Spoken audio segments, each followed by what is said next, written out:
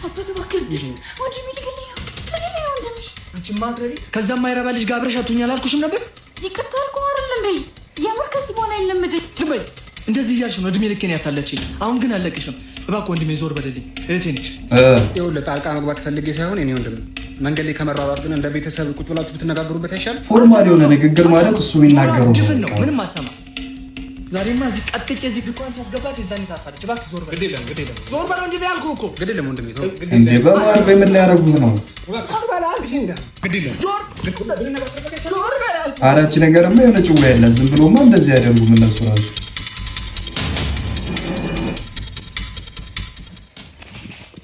እኮ ጠርጥሬያለሁ የሆነ ነገርማ አለ።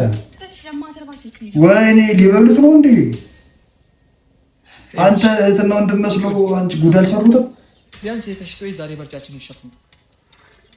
ለነገሩ ልክ ነሽ። ዛሬ አልሸቅለንም። ከስካሁን የገጠመች ችጋራሞች ብቻ ጋራም ብቻ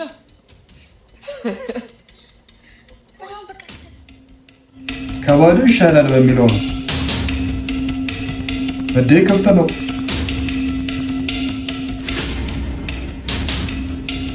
እዴ ወይኔ የቀድሞ ነው እንደዚህ ያደረጋችሁ ማለት ነው።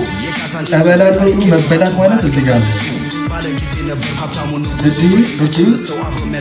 አንድ እርምጃ ወደፊት ቀደማቸው ማለት ይሄ ነው። ኤርገንዶ ሰርታችሁ ተስ ተቀበለ ድርቆች ሰርቶ ላፕቶፕ እንደመቀበል ማለት ነው።